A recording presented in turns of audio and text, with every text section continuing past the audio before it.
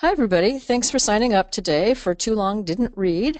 Um, this is a very interesting topic that you can use whether you write websites, mobile apps, or you can even use it in handouts and printed material because all of the same information applies. So I think you'll find it pretty interesting. I'm Nicole Hennig, and you can find out more about me at NicoleHennig.com. This is a picture of me last winter in Tucson, Arizona, where I spent a lovely 5 months in beautiful, beautiful weather, non-humid weather in Arizona. And now I'm in Brattleboro, Vermont for the summer, where it's also very nice. Since I work online, I kind of go where the good weather is. On NicoleHennig.com, my website, you can find out about my books, my courses, and my webinars, and you can sign up for my newsletter called Mobile Apps News if you're interested. Previously, I was an academic librarian. I worked at MIT libraries for many years. I was first web manager since 1999, and then for my last few years there, I was head of the user experience department. And in 2013, I left to start my own business, helping librarians and educators use the best mobile technologies. So you're going to get a copy of these slides today, and I'll put a link up on the very last slide so you can download the PDF. So don't worry if you miss anything, you'll get the handout at the end.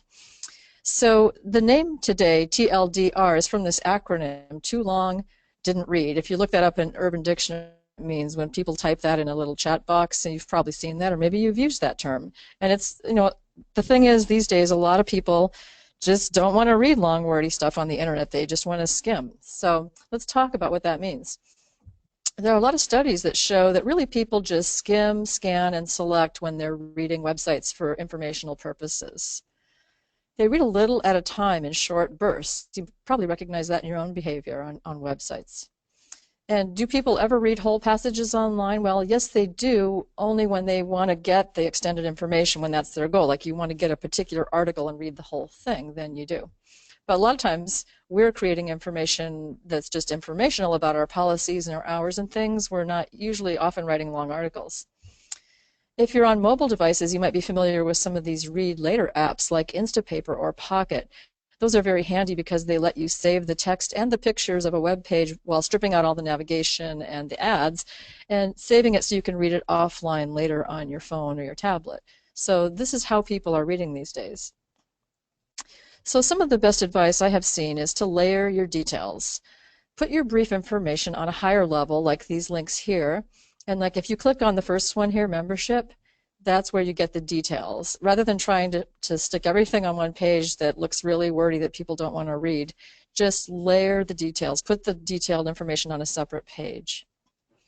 And really, studies show that less is more when it comes to web writing. There was a study done by the Nielsen-Norman group about applying writing guidelines to web pages, and their results really showed that when there was less information, people thought there was more information. They cut the words by 54%, and people thought the treatment of topics was more complete. And you can probably imagine why that makes sense, because you just can't find anything, or you feel overwhelmed when there's too much information. But when there's smaller amounts, you really start to get what the page is saying. So my advice to you is cut, cut, cut, cut, cut. Like if you're writing something for a website from scratch, like take your first draft and try to cut as much as you can out of it and still have it be what you want to say. Or if you're changing somebody else's website or editing it, just really try to cut down the words and get to the essence. And we're going to look at a lot of examples today too. With every single sentence, say to yourself, do people really need that? I mean, a lot of times we're writing about our own policies and we ourselves are very detail-oriented about what we need to know, but does everybody need to know every little detail? Another thing you can do is chunk the content, and I'll show you what I mean. Keep your sentences to 1 or 2 points, and keep your paragraph short. It's really okay to have a 1-sentence paragraph on the web. A lot of times the way that it wraps it looks like a whole bunch of words anyway, even if it's just 1 sentence. So this is a screenshot from a website that I did last summer for the Central European University Library. I went to Budapest for 3 months, and they hired me to redesign their website. And I'm going to put a box around this second paragraph here, and you'll notice that that paragraph is really only 1 sentence. And you can see, like on a lot of websites, when things are in a column like this, it looks pretty wordy anyway. So don't be afraid to make a 1-sentence paragraph. I'll be using a few examples from this website today. Another good thing is to use lists as much as possible because it makes it so easy to scan. So here's another page from that website where we made a bulleted list about the different types of materials and where to search. That just makes it so much easier. Previously they had a bunch of paragraphs about this, but bulleted lists are great. Another thing you can do to break things up is use pictures and visual elements like these. So here we were using a WordPress theme that included a bunch of little icons, which I really liked, because having these little icons by each section makes it real easy to scan, especially when you're coming back on a repeated time and you kind of remember that the little clock thing is for hours. Your brain can just understand visuals so much more quickly than words, so it's nice to use pictures and icons wherever you can. If you don't have icons already, you can go to this website called the Noun Project, where you can get lots and lots of different free icons on all different topics for free, just for crediting the artist. And you don't have to credit it right under the icon. You can just have a page somewhere on your website that credits who designed these things. And there's hundreds of them. It's kind of fun to look through. Another guideline is don't write prose. Don't think of it as prose. This is the mission statement of the library that I was working on, and if you look closely at it, you'll see that it really is only 3 sentences, and it looks kind of wordy because of the way it's laid out, like on any website. But you should have seen what it was before we got them to cut it down. It was like really long, like nobody would read it. But just having 3 sentences that get at the essence is good. It makes it easy to understand. So here's this study that I want to show you some more details about. It was called Measuring the Effect of Improved Web Writing by Jacob Nielsen. It was done way back in 1997, but it's still very relevant. And what they did was they did some research about how people read, and they did some usability tests to see what they understood. So they started by putting up a sample paragraph that was kind of like their control condition, and it was about Nebraska, and in a way, it's kind of hype, it's like marketing hype. And I don't mind criticizing Nebraska because I actually grew up in Omaha, Nebraska, so I can kind of make fun of it. But it says here, Nebraska is filled with internationally recognized attractions that draw large crowds of people every year without fail. And it goes on. At that time, the web often did that, like very marketing hype everywhere. So they were trying to encourage people not to do that. Anyway, that was their control paragraph. It was part of a longer sample, but these are just some samples. And the first change they made was to cut the words down by about half, like this. And they found in the usability tests that people found the information, like it increased by 58%, people's ability to find things. Then they did another change. They did these changes one at a time, right? They made a more scannable layout compared to the control condition, and they made a bulleted list, which is always a good idea and makes it easy to scan. And that improved by 47%.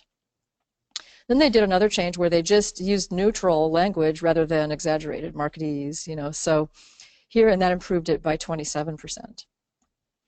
And then they did a combined version where they used all 3 improvements. They made it concise, scannable, and objective, and that had the biggest improvement of all, over 120% usability improvements. So it's really good to think about combining all these guidelines. So let's look at some specific writing guidelines related to this. The first one is to call attention with useful headings. And there are many different types of headings you can use, like questions, or verb phrases, or imperatives, or sentences, or nouns, like these examples. You could imagine any one of these on the right being a heading for the same page. It could be, may I borrow items from other libraries, ?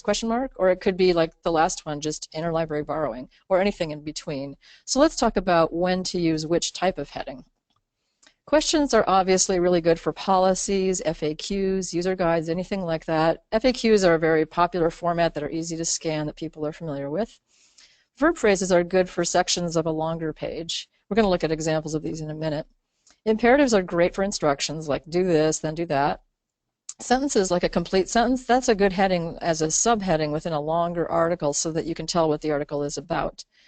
And nouns, just a simple noun, it's only good if it names something that the users are looking for and not your internal jargon.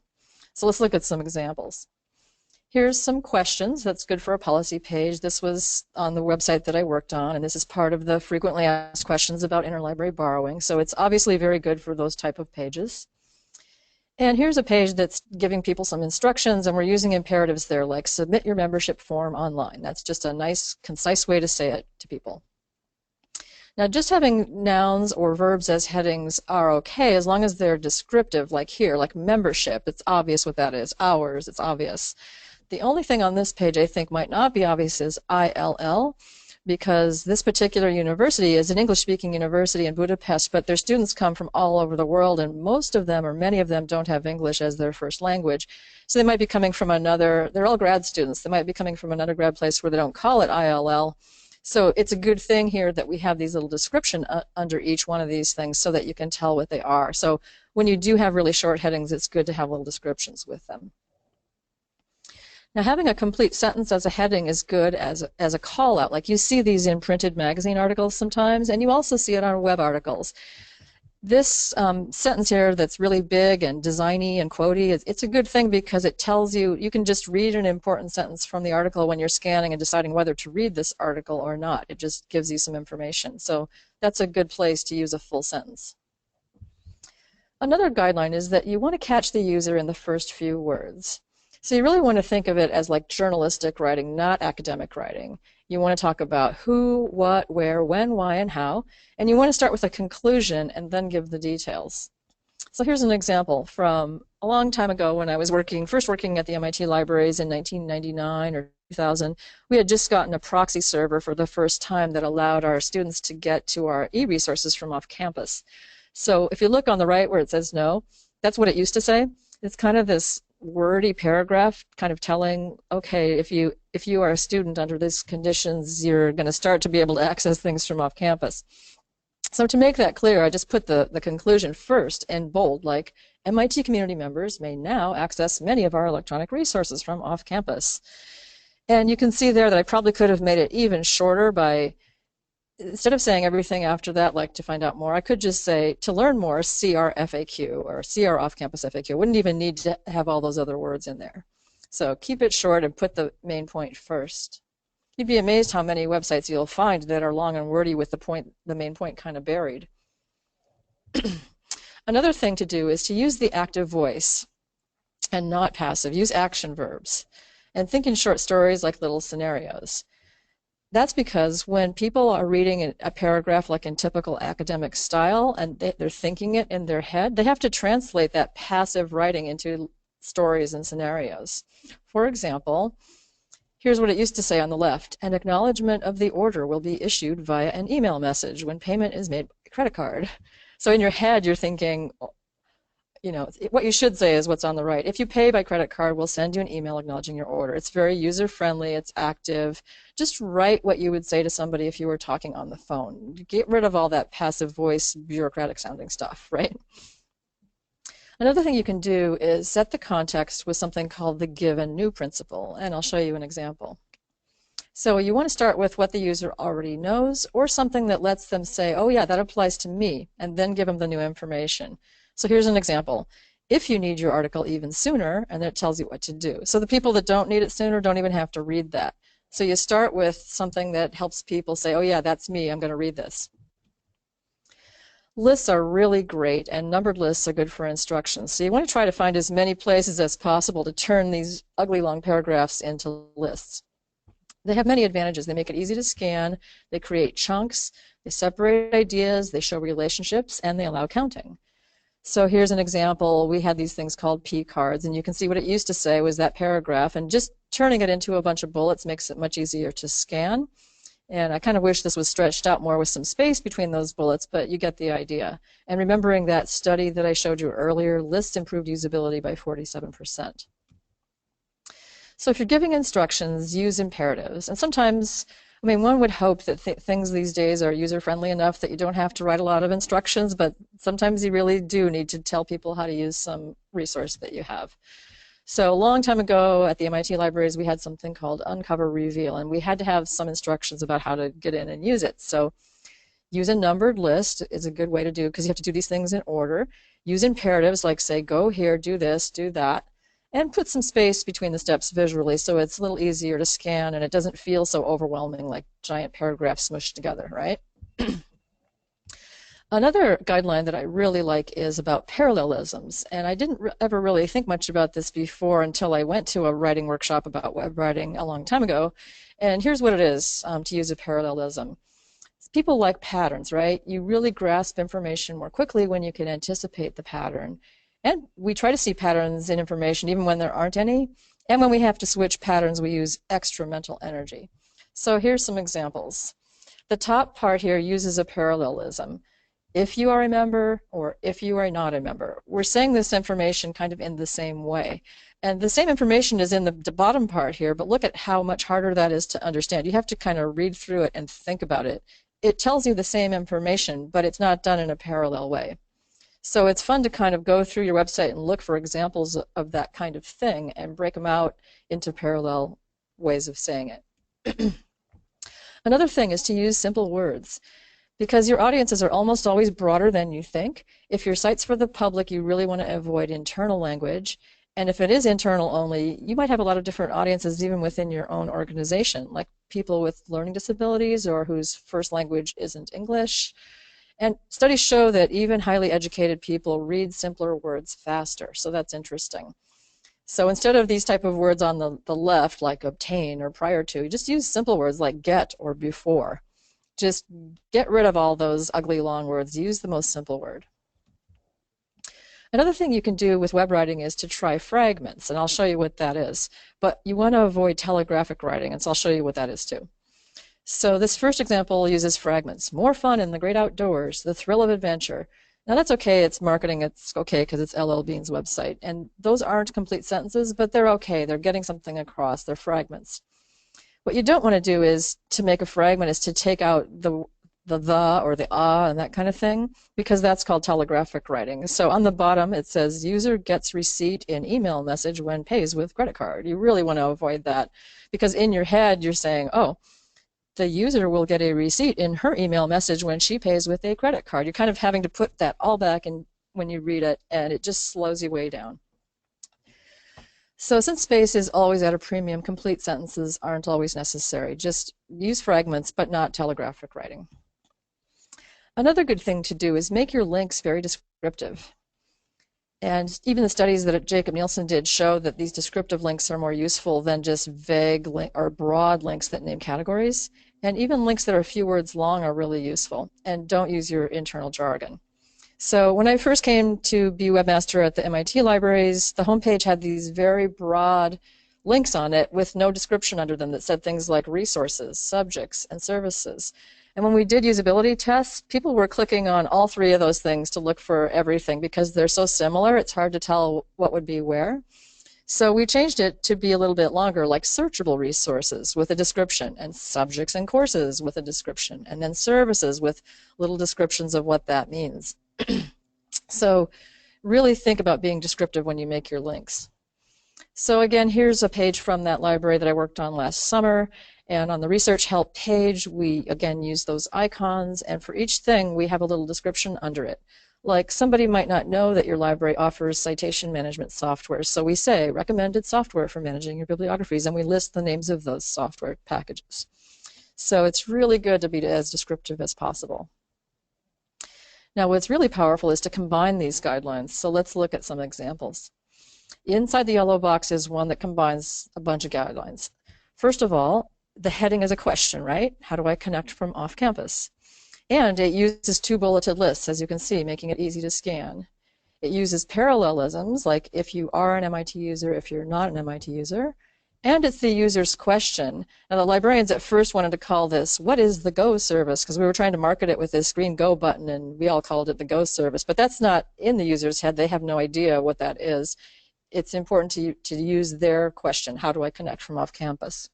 And also it's informal. It's like what you would say to somebody on the telephone. So that combines a bunch of guidelines there. And if you start to do this and go through your website, you can probably easily find lots of examples where you can just make it so much easier to read by doing things like this. Now let's talk a little bit about some design hints. And you might be saying to yourself, well, I don't have control over the design. Somebody else made the logos and the colors and the templates. All I do is write the content that goes in it. But what I'm here to tell you is that you can still influence a lot of things by how you design the body of your page that's just text. So I want to show you that. So first of all, headings should be close to the text that they cover. So looking at the left here, do you ever scroll down a long page with the headings and some things under it? And after a while, you can't tell if the heading goes with the thing above it or below it, right? So it's a good idea to kind of squish things up underneath the headings they belong with and then leave more space between the whole item. So here's an example. In fact, I wish I would have left more space, but you can see each paragraph is right up under the heading, and I could probably use more space between the monographs paragraph and the periodicals heading, but you get the idea. Another thing to do is to avoid all caps because it really slows down people's reading. People scan more quickly when they can see the shapes of the letters. So when you do all caps, it looks like a rectangle, but when you don't, you start to really see that shape. And when kids are learning to read, they start to recognize shapes like that. So it's important to give people that chance. In fact, the tops of the letters are really what help us recognize shapes. You can see here, it's pretty hard from the bottom to tell what it is because it's all just straight, but at the top you really see the letter shapes. So sentence case is actually easier to read and quicker to read than title case. So title case is when you capitalize everything, and sentence case is when you just capitalize the first word and proper names. It's because you can see you can just scan it more quickly when it's like in sentence case. You don't have to go up and down. Also, centered text is harder to read than left-aligned text. So you don't want to do something like what we see on the left here, where everything's kind of squiggly and you have to your eye has to kind of go in a curve to scan down. Just make them all aligned, like left-aligned or right-aligned, depending on the. When you have tables with data in them that you want to show to people, we typically scan down. So you want to make your information scannable by looking down rather than across. So if you're going to show some stats, you want to make it look like this top example where your eyes can just scan down rather than going across, because it's much quicker and easier to understand that way. Also, you should use high contrast between the background color and your type color. And you may or may not have control over this depending on how your website is set up. Like if somebody else made the templates and you just fill them in, you might not be able to, but many times you can control that. So here's a really bad example that is a real example that one of our librarians let me use for this presentation. This was a long time ago when people didn't really know how to make web pages very well. But she made this page about our instruction program, and it has purple with red text on it. Now that's really hard to read, very low contrast, especially if someone has any kind of vision problem. So what I did to make it a little better was change the background color to a light blue and change the link color to a dark blue so that there's way more contrast, much easier to read. Then you might also notice here that these things are center aligned, so your eye has to kind of curve around. So I right aligned them here in the table and then left aligned what's in the other boxes. I also put a stripe across the top just to kind of unify the table. So going back, here's what it first was, and here's how we changed it. So these are the kind of things you might have control over when you're making just the body of a web page. So look for opportunities to make things easier to read like that. Now let's talk specifically about the mobile web. Now all of this applies to both mobile and desktop, but we're in a world now where lots of people are accessing things mainly on mobile. There are so many different screen sizes, right? Everything from a giant monitor to a little tiny phone to tablets and everything in between. So what do we do about that? Well, luckily there's a word now called responsive web design, and that's design that adapts automatically to any screen size so you don't have to make different versions. Responsive design uses something called fluid layouts. So these examples are from my website, NicoleHennig.com. And you can see if you're sitting on your desktop at the biggest size, you can just drag your window and make it like about the size of an iPad screen. And it nicely wraps in a sensible way with certain columns underneath. And if you make it even smaller, like what you would see on your phone, it wraps in a smart way to put everything in a vertical column. And it takes the headings for the different sections of the website at the top and puts them into a little menu. So it does this automatically with a fluid layout. And in the old days, we used to make separate versions for mobile and desktop, and now you don't have to do that anymore if you use responsive design. I like WordPress a lot as a content management system, and there are lots of other ones out there too. And one thing to look for if you are using a content management system is a responsive theme. And there are many responsive themes for WordPress, like from this site called Elegant Themes. One of my favorite ones is called Divi because it's very adaptable.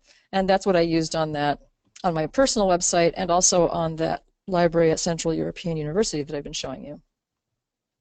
One nice thing about it is not only is the text kind of fluid and like here's the big monitor and here's the little phone view, but the images themselves will resize dynamically. So there's this giant picture of the inside of their library on the About page, and I didn't have to make a smaller and a larger version and upload them. It just automatically will resize that in a good way so it looks sharp and clear on the smaller screens. And when you think about it, pages look even more wordy on small screens, so whatever big block of ugly paragraphs that you're going to have are going to look even bigger and blockier when it's on mobile. So it's another reason to keep your words short and to the point. So now I'd like you to think about how you would apply some of these guidelines. So in order to do that, I pulled out a little bit of text from a random website, and I'd like for you to type some thoughts in the comment box or the chat box right now and think about this. Like, what would you do to improve this little bit of information on a web page if it was yours? What are some things you could do to apply the things that we've just been talking about, that I've just been showing you? Feel free to type your thoughts right now into the chat box. It might take you a minute to read this and think about it, but what are a few things you could do to make it better? Would anybody like to put their ideas in? Excuse me, I need to cough.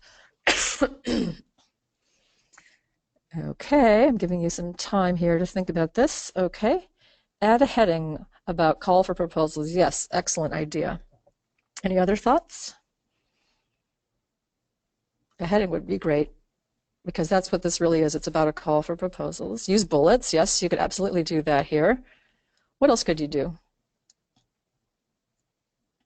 Any other thoughts? Create a list. Yes, this would work very well in a list instead of a paragraph. Anybody else? Reduce text. Add web link. Yes. In fact, there was a link at the end. I just didn't include it here. Anything else? Okay, I'm going to show you what I did to make this easier to read. Here's my version. One thing I did was I pulled out the most important point, which is we invite you to comment on this proposal. Now, if you go back here and look at that, that's kind of buried in the middle here, written comments regarding blah, blah, blah, right? So why not be friendly, like what you would say to them on the phone, and put that right at the top? Then I thought, well, what's the next most important thing? Well, the deadline. So I put that next. So that's kind of buried in here, like in that sentence. So I put deadline. Then I used an imperative, submit your written comments, and like someone said, it's a list, by web, by mail, or by fax. Now that's parallelism, because I said these three things in the same way, right? And I also added icons to make it easier to scan. And I just made up this link here, but obviously you would just put the information they need for each one of these. So look at this and look how easy that is to understand, just glancing at it really quickly versus looking at this and how long you even had to think about it to start to talk about what you wanted to change. I mean, this kind of thing is so simple, but it makes a huge difference to people reading things on your website. Let's do another example.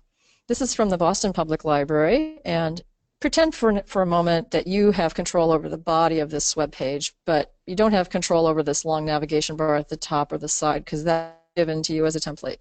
What could you do to make this page easier to read? It's about there are two buildings here in Copley Square. So you can see here anything that's in this white section here, including this. What would you do to make this better? Go ahead and type some of your thoughts into the chat box. So it's about these two buildings, and you can see there's some links here. And there's this sentence here about the two buildings. Okay, add one image, each of the two buildings. Great idea. Two columns, yes, one for each.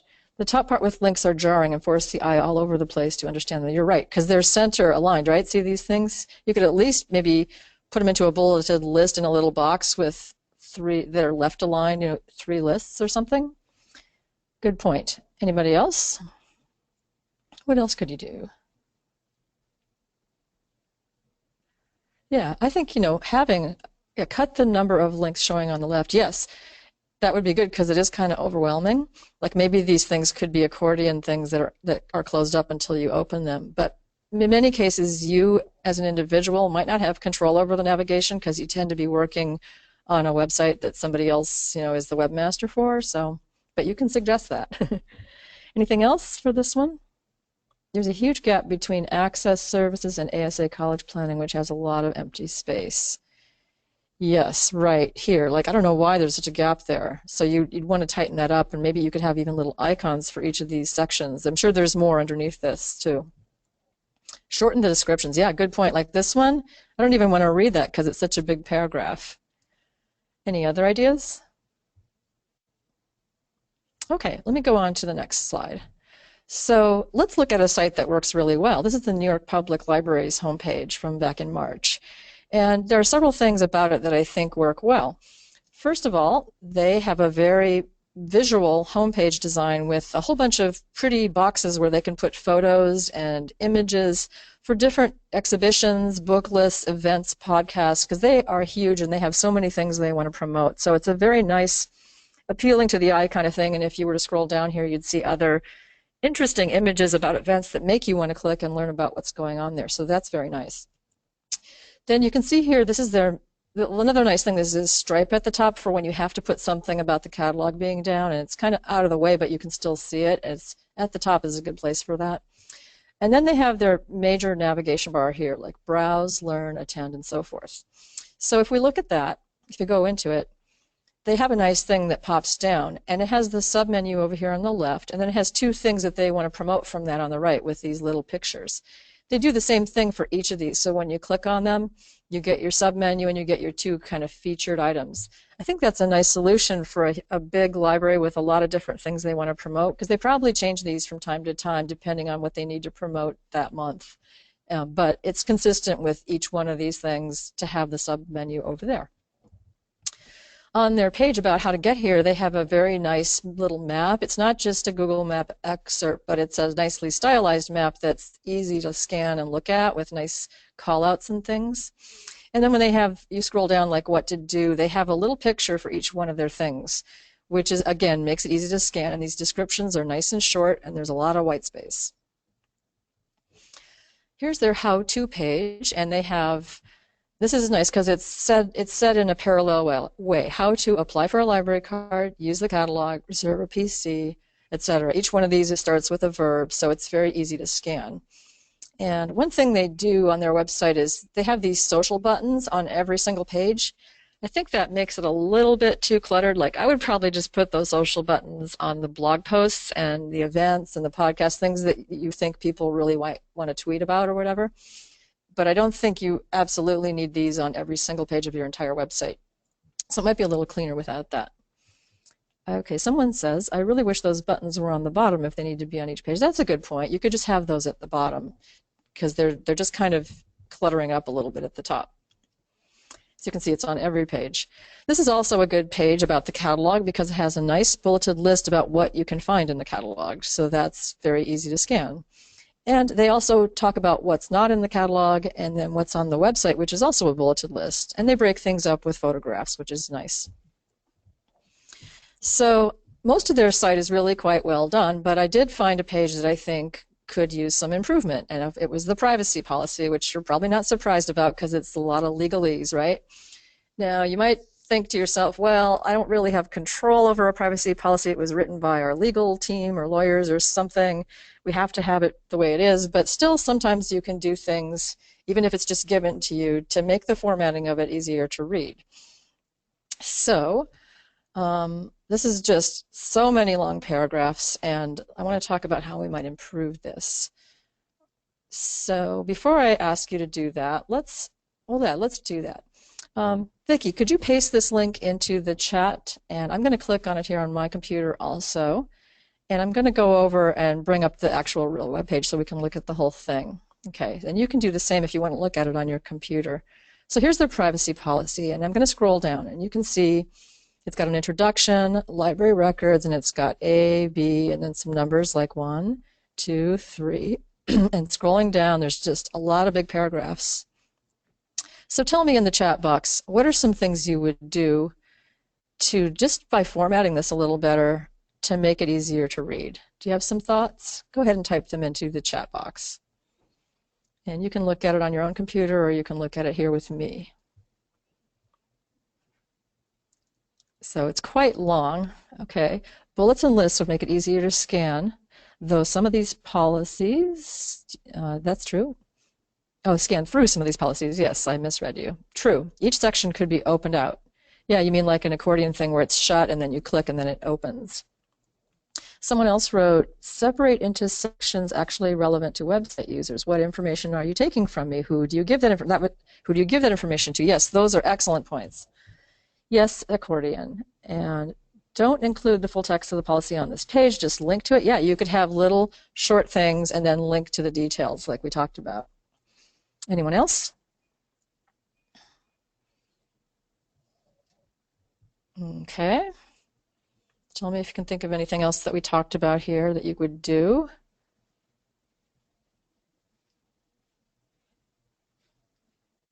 I noticed that UF Smathers Libraries is sending private things into the chat, so if you do it public, everybody can see what you said. That would be nice. No big deal, though. Okay, scroll down, take a look. Any other ideas? Okay, subheadings in bold if the text flow can't be altered. Yes, because look how much is not bolded here. And use short story to explain some of the scenarios. Yeah, you could. You could have little stories about, you know, a person came in and they did that, this or that, and this is how we protected their privacy. Okay, now I'm going to go back to my slides. And before I show you what I did to fix this, I'm going to show you another privacy policy on a different website that's not a library that I think has good design. And it's from soundcloud.com. You might know the app or the website. It's where people can post their music files to share with people, like bands and independent musicians and stuff. And they have a pretty good design on their privacy policy. And these are a couple of screenshots from it. And the reason I think it's good is because one nice thing that they do is they have this bulleted list at the top that's like a table of contents that you can click down to each appropriate section. And it's very easy to scan those things, like how we use our information, how we share. So you can go and read just the part you care about most by clicking on one of those. So that's really good. Also, they use a lot of bold and separating things out with spaces and bold headings and lists. So that's really good. And I really like that they mentioned their principles. When somebody talked about this, like they say, you should know exactly what we do with your information, and you should have full control over your information. And you know, they promote that as like, this is what we're trying to do, so that you can really get that. And then they talk about the information they collect, and it's very straightforward, simple language. So I really like how they did theirs. So I got inspired by them, and I came up with some ideas for how the New York Public Library could increase. And many of these you guys already mentioned, like more bold headings.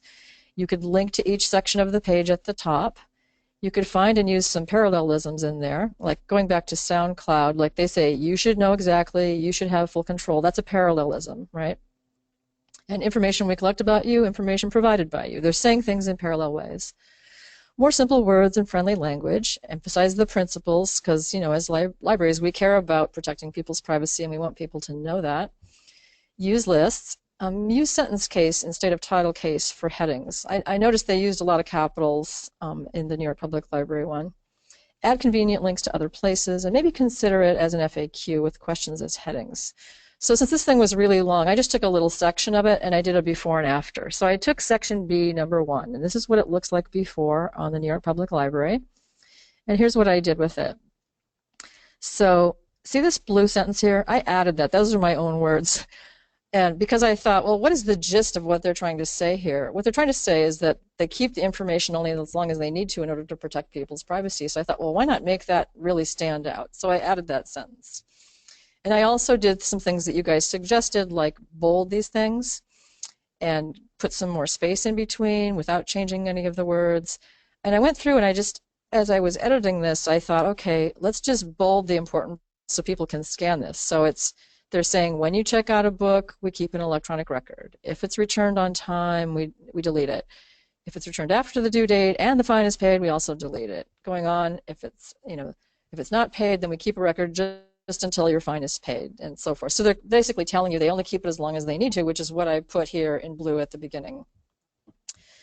There's also, if you go back into that other slide, down here somewhere at the end, they start to talk about their collaborative features and that have some different issues around privacy. So I added a heading called Using Our Collaborative Features, and then I continued with what they had. And notice back here they said library's online public access catalog. Well, that's kind of an outdated term, right? OPAC. Why not just say library catalog? So I just changed it to catalog. And then if you use these services, I bolded that because some people don't use that. So it's really for the people that do. So that's like sort of the given new principle that we talked about. And then at the end, they said, by clicking here, this is to learn more, basically. That's never a good idea to just have a links be the words click here or clicking here, because if you're scanning, you look at the links first, and that doesn't mean anything by itself. So you have to read everything else around it. So instead, it's a good idea to make a link be the meaningful words in the sentence, which what that was really linking to is a page where they can learn more about the collaborative features and privacy. So basically, this is just one little part of the page, like this, what I did here. And think about how long that whole thing is, and if you went through and did something like this to the whole entire document or page, how much easier it would be to read without even really changing what it says very much. I mean, maybe you add a sentence here or there, or a heading, but you know, it really is powerful to do this kind of thing with your existing web pages. Now, there's a website I would like to mention and point out to you guys called Terms of Service Didn't Read, and this is how I found out that SoundCloud had a pretty good privacy policy. It's a site where people are evaluating and grading websites on their terms of service and their privacy policies and how easy they are to read or how well done they are. So from here you can see Google gets a C and it tells you why, YouTube gets a D, it tells you why, SoundCloud gets a B, you stay in control of your copyright. That's cool. So that's how I found them. 500 Pixels gets a D, DuckDuckGo gets an A because they don't track you. So it's really fun to look through this website and look at famous websites that they're talking about, both for the terms of service and the privacy policy. And this also encourages these sites to make some changes after they see what's written about them. So at least one would hope. So that's a good site to look at. So how can you learn more about this topic? Well, there are two books I'd like to recommend to you. One is called Letting Go of the Words by Ginny Reddish. And it's really good. It's in depth about everything we talked about today. And she did an all-day workshop at a conference I went to many years ago, and that's what inspired me to put together this talk today. And I've done it many times for our staff at MIT Libraries. So she's really the authoritative person where I got a lot of this information from. And another really good book is called Don't Make Me Think by Steve Krug. It's a short book called A Common Sense Approach to Web Usability, and it's really easy to read, and he really follows his own advice about making this book fun, easy to read. He applies all these principles in the way that it's written, so it's easy to scan and just get a lot of great ideas from that book. And when you get these handouts, you'll have a link to these two studies that I mentioned in case you want to look at them. So I would really like to say to you, go forth and improve your websites. It'll just make the information so much easier to find for everybody, and it's just these little things about the writing that can have a huge impact on how usable your website is. And feel free to contact me at any time if you have questions. And you can reach me on Twitter at Nick221 or the contact form on my website. And I also invite you to sign up for my newsletter called Mobile Apps News that I send out about once a month. And if you do sign up, you'll get a free copy of my PDF document called 10 Tips for Finding the Best Apps. And this is an easy way to stay current with what's going on in the world of mobile. So here's a link to the slides, and she also pasted it into the chat room, so feel free to download that. It'll also come out into email that you'll get, and then you can have links to everything we talked about today. So any other questions, feel free to type into the chat box. Or comments or thoughts. Do you feel inspired? Do you want to go change your website or update it? I might also mention that this is good for writing emails too, like don't write long, wordy emails. Make them short. Apply these principles. And same thing with printed handouts. Any other thoughts or questions? Okay, someone says, this is great, thanks. Going to use it on a brochure. Yay, I'm glad. Anyone else planning on using it, this information?